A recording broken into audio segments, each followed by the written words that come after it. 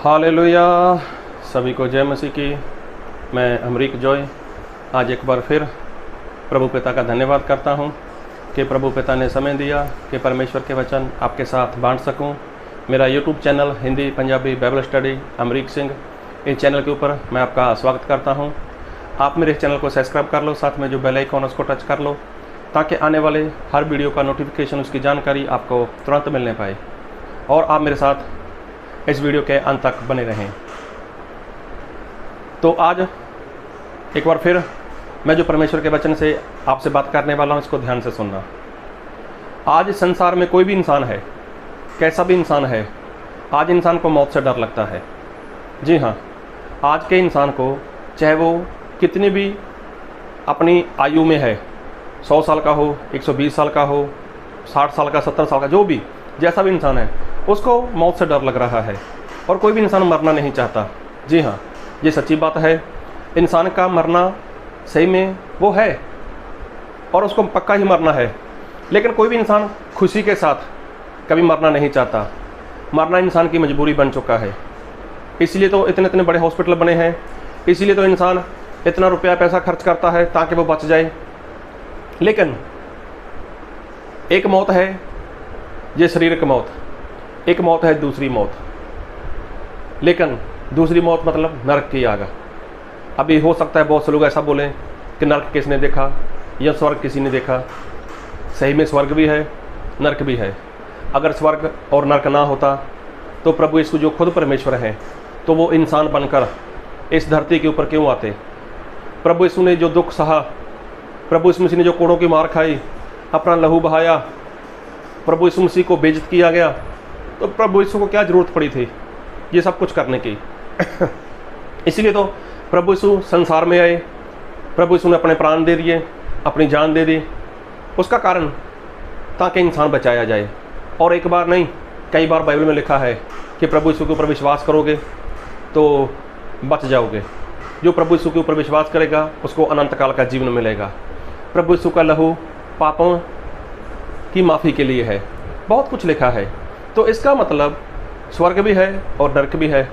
लेकिन एक बात करें तो आज दुनिया में जो भी इंसान पैदा हुआ है, चाहे वो छोटा है चाहे वो बड़ा है, बाइबल में लिखा है कि सभी ने पाप किया है। और तो और बाइबल में ये भी लिखा है कि इंसान वो माँ के पेट से ही पापी है। और मैं एक वचन पढ़ी देता हूँ आपके लिए तो पता चल जाएगा। भजन संहिता जबूर उसका 51, 51 और पढ़ूंगा। भजन संहिता 51 उसके 5 वचन। देख, मैं अधर्म के साथ उत्पन्न हुआ और पाप के साथ अपनी माता के गर्भ में पड़ा। देखो यहाँ पर लिखा है कि मैं पाप के साथ उत्पन्न हुआ और पाप के साथ ही अपनी माता के गर्भ में पड़ा हुआ था। अधर्म के साथ में पैदा हुआ। तो देखो, इंसान क्या है, माँ के पेट से पापी है। और माँ के पेट से पापी है, इसका मतलब कि जो इंसान पापी है वो नरक में जाने वाला है। नरक जाने के लिए इंसान कुछ करे चाहे ना करे, नरक जाने के लिए इंसान को कुछ भी करना नहीं है। वो जैसा पैदा हुआ है, जैसा जीवन चाहता है वैसा जीवन जिए, जो कुछ करना चाहता है वो करे, लेकिन वो नरक में जाएगा ही जाएगा। लेकिन स्वर्ग जाना है, स्वर्ग में जाना है तो उसके लिए कुछ ना कुछ करना पड़ेगा। तो क्या करना पड़ेगा? उसके लिए इंसान को प्रभु यीशु के ऊपर विश्वास करना होगा, जैसा बाइबल में लिखा है। पश्चाताप करना होगा, जैसा बाइबल में लिखा है। और अपने पाप की गुनाहों की माफ़ी के लिए बपतिस्मा लेना होगा, जैसा बाइबल में लिखा है वैसा। तब प्रभु यीशु उसको पाप क्षमा करेंगे और उनको पवित्र आत्मा दे देंगे। अब उसको पवित्र आत्मा लेकर फिर परमेश्वर के वचन की आज्ञाकारी करते रहना होगा। उसके बाद अगर वो आज्ञाकारी करता करता अपना जीवन पूरा कर लेता है तब उसको स्वर्ग मिलेगा, ऐसा बाइबल में लिखा है। लेकिन आज जितने भी लोग संसार में हैं, जितने पैदा हो चुके हैं, जिन लोगों ने यीशु मसीह के ऊपर विश्वास नहीं किया, जिन लोगों ने बपतिस्मा नहीं लिया, वो सभी लोग सही में खतरे में हैं। वो नरक में जाने वाले हैं। लेकिन क्या कोई है, क्या कोई ऐसा है कि जो नरक से बच सके? क्या कोई है ऐसा कि जो नरक में ना जा सके? जी हाँ, हैं ऐसे लोग, है एक ऐसी मंडली, है एक ऐसे कलीसिया कि जो नरक में नहीं जाएगी। कौन सी ऐसी मंडली है जो नरक नहीं जाएगी? कौन सी ऐसी मंडली है जो नरक में नहीं जाने वाली? जी हाँ, और मैं बाइबल में एक वचन पढ़ूंगा आपके लिए, मत्ती रचित सुसमाचार उसके 16 अध्याय उसके 18 वचन। और मैं भी तुझसे कहता हूँ कि तू पतरस है, और मैं इस पत्थर पर अपनी कलीसिया बनाऊंगा, और अंधलोक के फाटक उस पर प्रबल ना होंगे। देखो बाइबल में लिखा है, प्रभु यीशु ने बोला पतरस को, पतरस तू पतरस है, और मैं इस पर अपनी कलीसिया बनाऊंगा, अपनी मंडली बनाऊंगा, और अंधलोक के फाटक उस पर प्रबल नहीं होंगे। तो देखो, जो पतरस की कलीसिया है, जो पतरस की मंडली है,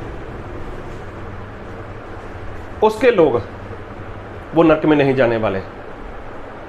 उसके लोगों में बोले तो जैसा पतरस ने प्रचार किया था, प्रेरितों का 2 अध्याय जब पढ़ोगे आप तो वहाँ पर, तो जब लोगों के हृदय छिद गए, उनको एहसास हुआ कि हम लोगों ने पाप किया है, तब वो लोग पतरस के पास आए और जो और प्रेरित थे उनके पास बात की।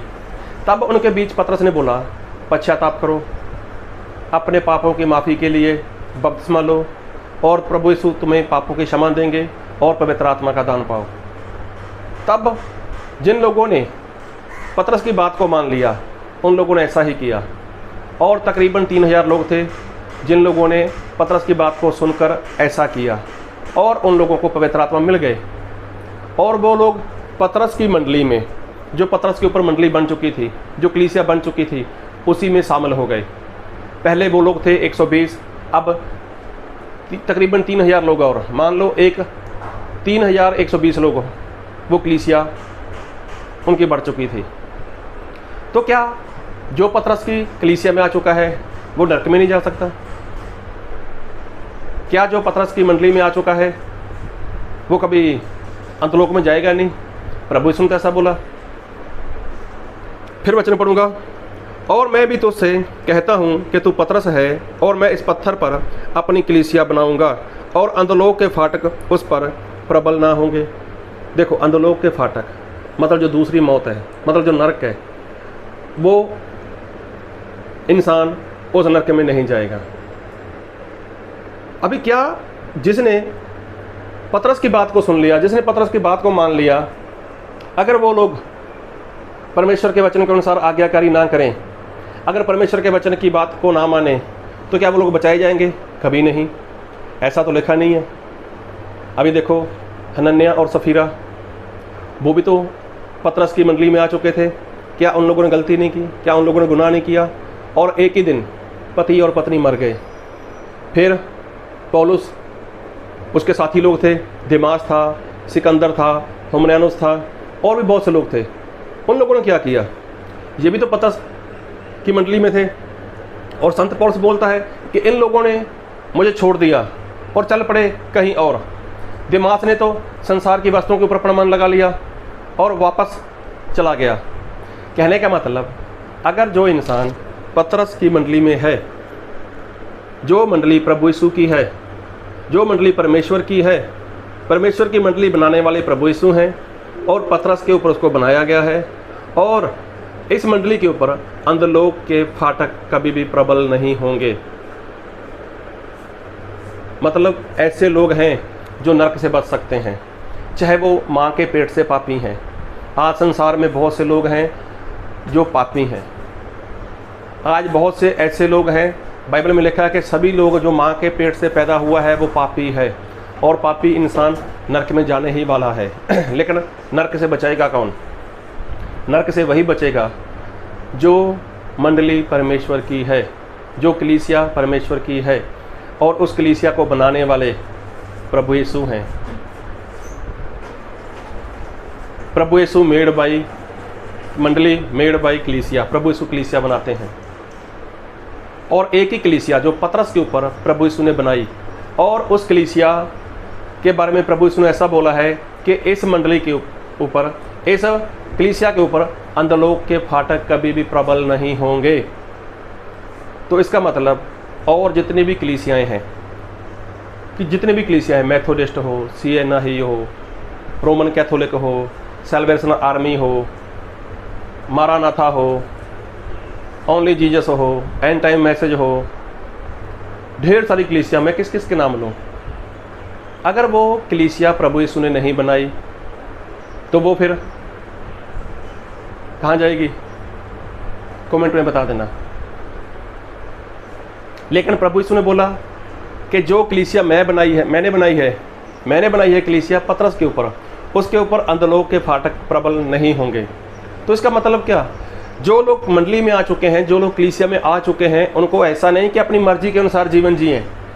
अभी बपतिस्मा हो गया, पवित्र आत्मा का दान पा लिया, अब जैसा मन हो वैसा जीवन जियो, नहीं। परमेश्वर के वचन की आज्ञाकारी करनी है। और मंडली के अंदर कौन कौन सी बातें थीं? आप चाहो तो प्रेरितों का काम 2 अध्याय पढ़ना। जब 3000 लोगों ने बपतिस्मा लिया था, आगे लिखा हुआ है कि बाद में उन्होंने कौन कौन सी बातें पूरी करनी है। और ये एक दिन के लिए थोड़ी था, ये हर बार था, हर बार करना था इनको। और तब तक करना है जब तक प्रभु यीशु मसीह नहीं आ जाते, और या फिर हम लोग प्रभु यीशु मसीह के पास नहीं चले जाते, तब तक इसमें बने रहना है। मतलब हमें ये सारी बातें करनी है अंधोलोक के फाटक से बचने के लिए। तो नरक से कौन बच सकता है? वही बच सकता है जो कलीसिया में है, जो मंडली में है। मंडली किसकी? कलीसिया किसकी? क्या किसी इंसान की? कलीसिया मंडली परमेश्वर की है। प्रभु यीशु ने बोला है कि मैंने इस मंडली को, इस कलीसिया को अपना लहू देकर मोल खरीदा है। प्रभु यीशु ने अपना लहू दिया है मंडली के लिए, कलीसिया के लिए अपना लहू बहा दिया, उसको मोल ले लिया। प्रभु यीशु ने मोल ले लिया, मतलब पहले वो कहीं पर था, पहले किसी के बस में थी, पहले किसी के हाथ में थी, तो प्रभु यीशु ने अपना लहू बहाया।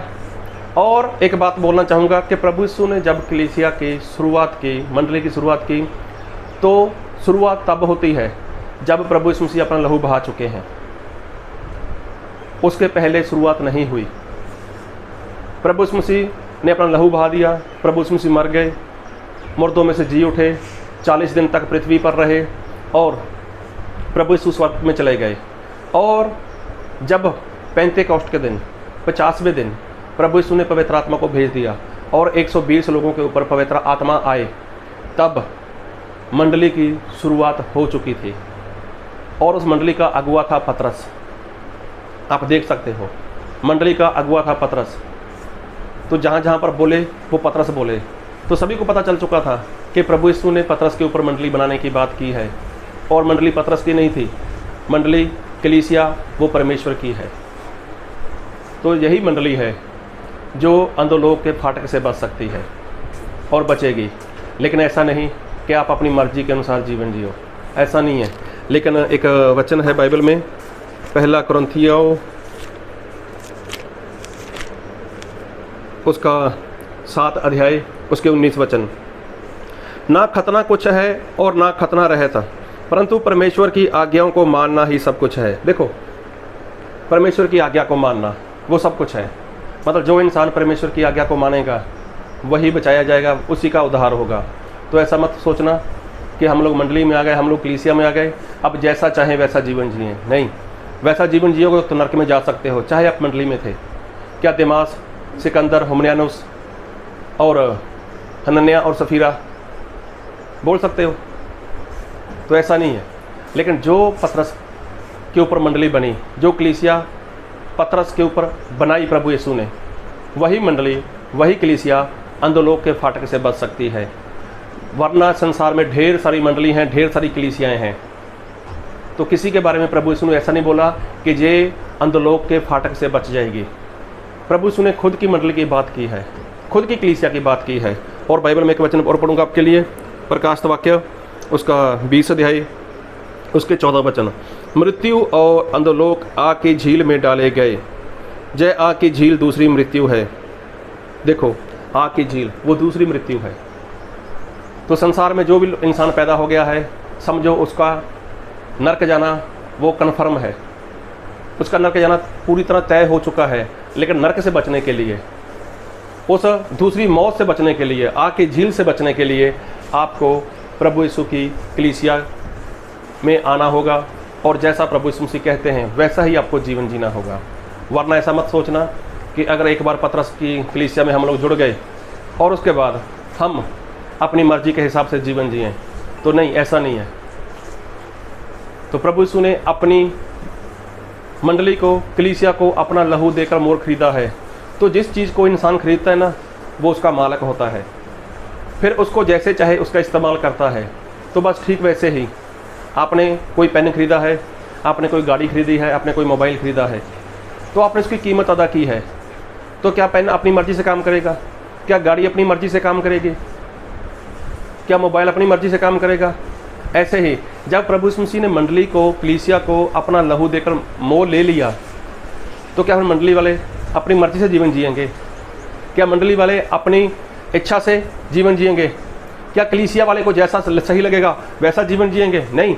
अरे आपकी कीमत प्रभु यीशु ने दे दी, तो इसलिए आपको प्रभु यीशु के वचन के अनुसार जीवन जीना होगा, जैसा प्रभु यीशु मसीह कहते हैं। तो जैसे अपने पहला कुरिन्थियों 7:19 में देखा, ना खतना रहत कुछ, लेकिन परमेश्वर की आज्ञा को मानना ही सब कुछ है। तो बस सब कुछ करने के बाद ये सारी बातें आपको माननी है। अगर अंधोलोक से बचना है, अगर नरक से बचना है, अगर दूसरी मृत्यु से बचना है, तो इसी कलीसिया में आप आओगे तो ही बच पाओगे। वरना आप किसी भी संसार की कलीसिया में रहो, ढेर सारी कलीसिया में रहो, तो आपका बचना नामुमकिन है। प्रभु आपको बहुत आशीष दे। आमीन।